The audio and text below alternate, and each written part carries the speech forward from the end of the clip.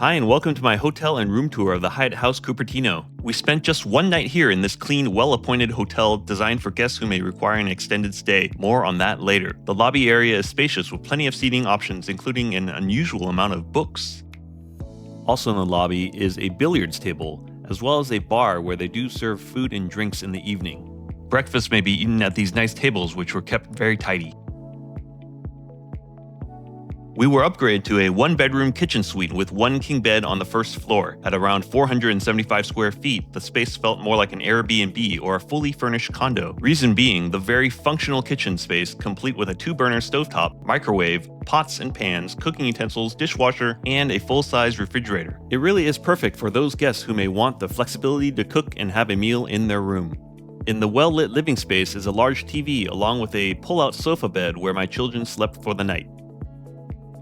The king bed was comfortable with good lighting. The only USB ports were from the small alarm clock on one nightstand.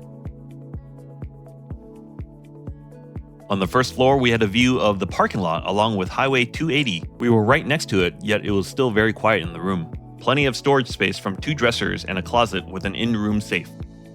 The bathroom was simple with a basic design. The shower had a nice look, but workmanship was suspect. Water leaked out onto the bathroom floor, and there was also a great deal of pooling on the shower floor. Shower head water pressure was also below average. The fitness center has a small variety of life fitness cardio machines as well as some basic strength training equipment.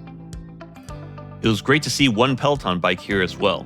Hyatt and Peloton have collaborated, and members may be able to accrue World of Hyatt points on select workouts. I was able to get one Peloton bike ride in during my stay, and indeed, my account reflected this bonus.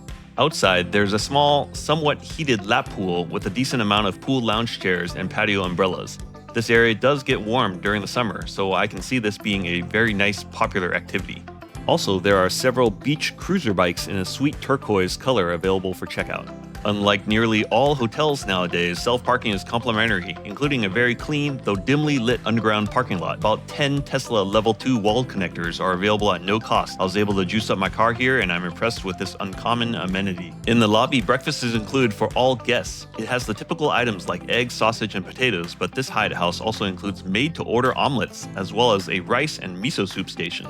Juice, tea, and coffee are also provided. Overall, a very pleasant and comfortable stay at this Category 4 Hyatt Point Redemption Hotel. There are a ton of dining options nearby and plenty of things to do to keep you busy. Excellent service, clean rooms, and a nice homely touch make this a great place for extended stay business travelers, as well as families who may need a little extra space. What do you think? Thanks for watching.